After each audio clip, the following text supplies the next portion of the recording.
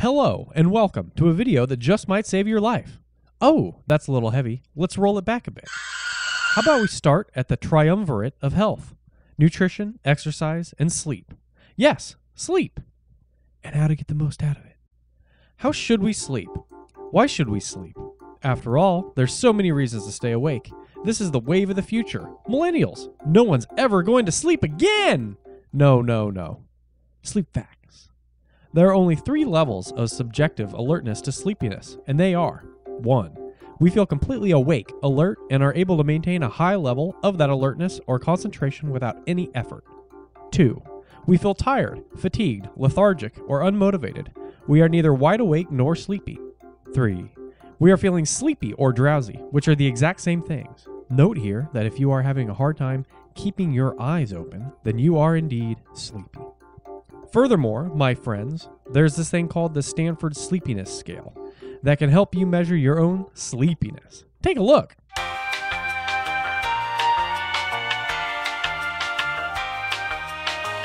Okay then, y'all. So now that we know how sleepy we are, it's time to get some shut-eye.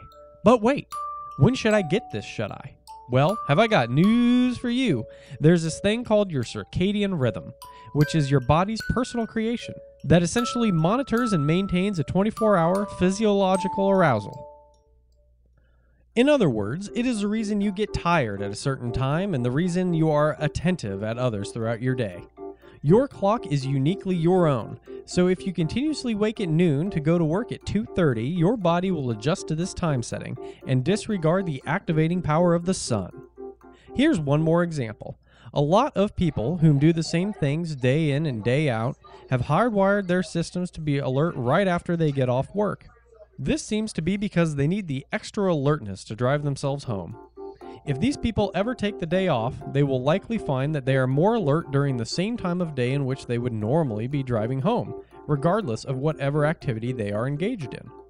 Therefore, this is not the ideal time to nap. It turns out that the best time to do so is actually during the mid-afternoon, which is when your opponent process model tells you that you need to take that nap. You can usually feel it yourself, and most people blame their lunch for their sleepiness, but they'd be wrong.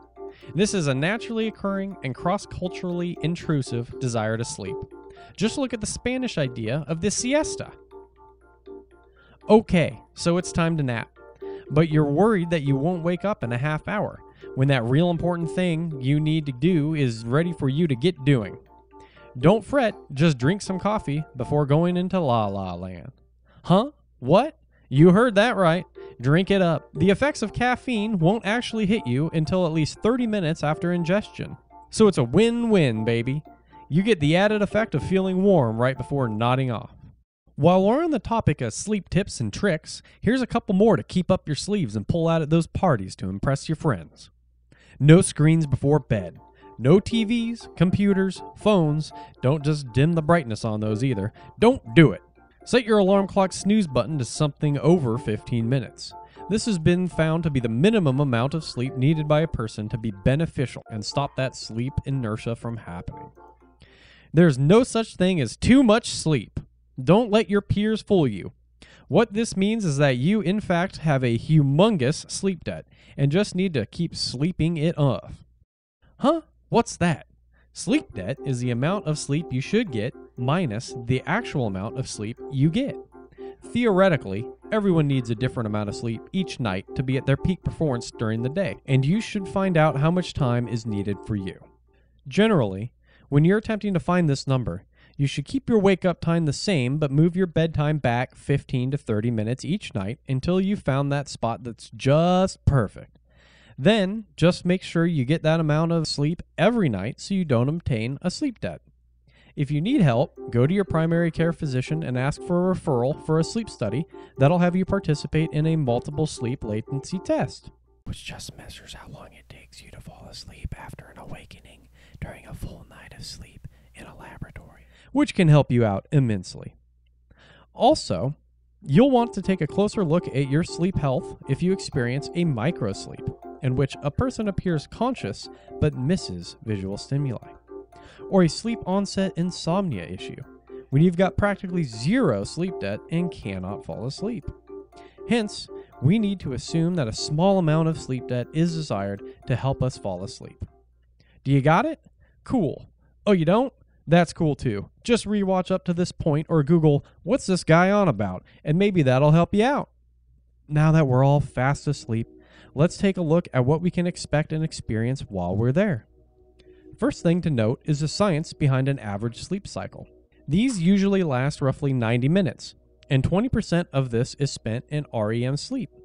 What is REM sleep? Glad you asked. It's rapid eye movement. And during this time, your body experiences complete atonia.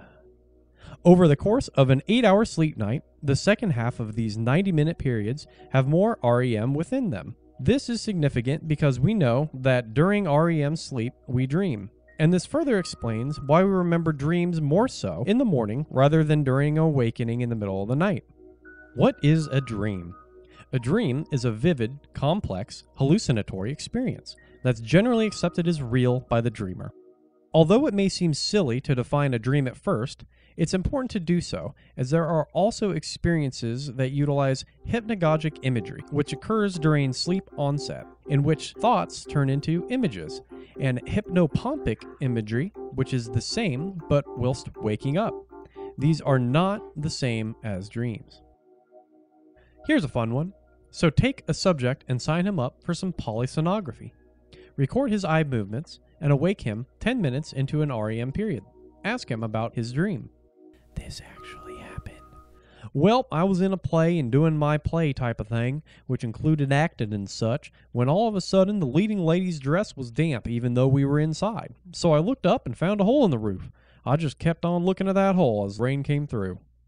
Oh, we forgot to mention that dream time seems to equate to normal time passed while awake, and that's significant for this finding. Upon the subject's recall of his dream, the eye measurements matched up with the recollection of dream events. Therefore, we believe that whatever the eyes are doing in REM sleep can usually be viewed as the same action those eyes are taking within the dream. Nifty! Now, there's obviously some other aspects that interplay with each other to influence our dream content and recall, including individual differences of our circadian rhythms and the location that you physically sleep in. Note that more than 1/3 of subjects undergoing a sleep study actually dream of the laboratory setting during the first night. Anxiety has a mighty effect. Sleep mentation is how the brain works while asleep, and this provides the framework for interpreting the dream content. Some experts feel that a process of secondary revision occurs when someone is telling of the dream experience. This revision is assumed to take the sometimes incoherent and fragmentary recall of a dream experience and fill in the gaps in order to transform the dream report into a coherent story that flows along in a logical manner. Interesting. Now, let's move on to what each of us, unpaid undergrad creators of this video, think about why we dream. I think our dreams come from all the pent-up emotions, feelings, and thoughts we experience throughout the day. Our mind and body is constantly giving us feedback from our surroundings, and we don't always process these things fully. Our dreams are a way for us to reflect back on our day and our experiences. Our sleep gives our brain time to sort out bits of responses that are quickly being replaced. Some of these thoughts and emotions may have been produced from a negative experience, and through our dreams, we can mentally handle these negative and unsettling things in order to find emotional balance again. I think it's sort of like a decluttering of the mind. It's a way to unconsciously work things out in order to start fresh the next day.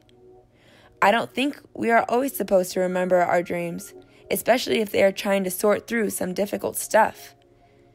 I also don't think we can ever really be sure why we dreamt what we dreamt, because it's an unconscious action our brains do on its own. But it's still interesting trying to interpret them or perhaps make them into a song. Dreams are strongest during REM sleep, or rapid eye movement stage, when you may be less likely to recall your dream. Much is known about the role of sleep regulating our metabolism, blood pressure, brain function, and other aspects of health, but it's been harder for researchers to explain the role of dreams. I think that we dream as a review of our day. It gives our brain time to absorb decisions and thoughts that we have made throughout the day. I also think that we dream as a natural process of healing or mental therapy, However, if we tend to fixate on negative things throughout our day, this could severely impact our sleep cycle and also the kind of dreams that we have. I'd like to start with the Freudian conceptual hypothesis that states a conscious wish can only become a dream instigator if it succeeds in awakening a related forbidden unconscious wish, thereby obtaining reinforcement from it. However, I'd like to remove the conscious wish aspect and replace it simply with neuronal activations during the waking state. Activated concepts created from past experiences match up with something we experienced during the day. Think déjà vu. And the two activated areas of the brain synchronize via the pons transmission of the excitable waves across the brain during sleep. Thus, a dream is formed. All right, what a bunch of nerds. I think it's time to wrap this video up. I'm tired of talking. Let's end on that high note. Back to how this video might save your life. This concerns primarily driving, although anyone doing anything while sleep deprived is in danger to themselves and others. When driving on a trip, know that the action can be very demanding on your body and your sleep schedule. When choosing a travel destination, remember, east is beast and west is best. This is due to time zone fluctuations. It's easier for the body to adjust when you're driving out to California from Chicago to start up that YouTube career than it would be from Cali back. In general, for every 1 hour of time difference lost, it'll take a full day for your body to attune to that circadian rhythm of the locals. Finally, it's worth noting that drowsy driving is not only dangerous, but in some states, it's actually against the law. A wreck in these states is considered a felony. If your eyelids are heavy, pull over and take a nap. The science stands that driving with 5 hours of sleep or less is the equivalent of blowing a 0.8 blood alcohol content level. So just like McGruff always taught us, just say no to drugs. And let's add sleep deprivation to that drug list. Thank you for taking the time to watch this video. We sincerely hope we've uncovered some revelations that will improve your sleeping lives. Sleep on!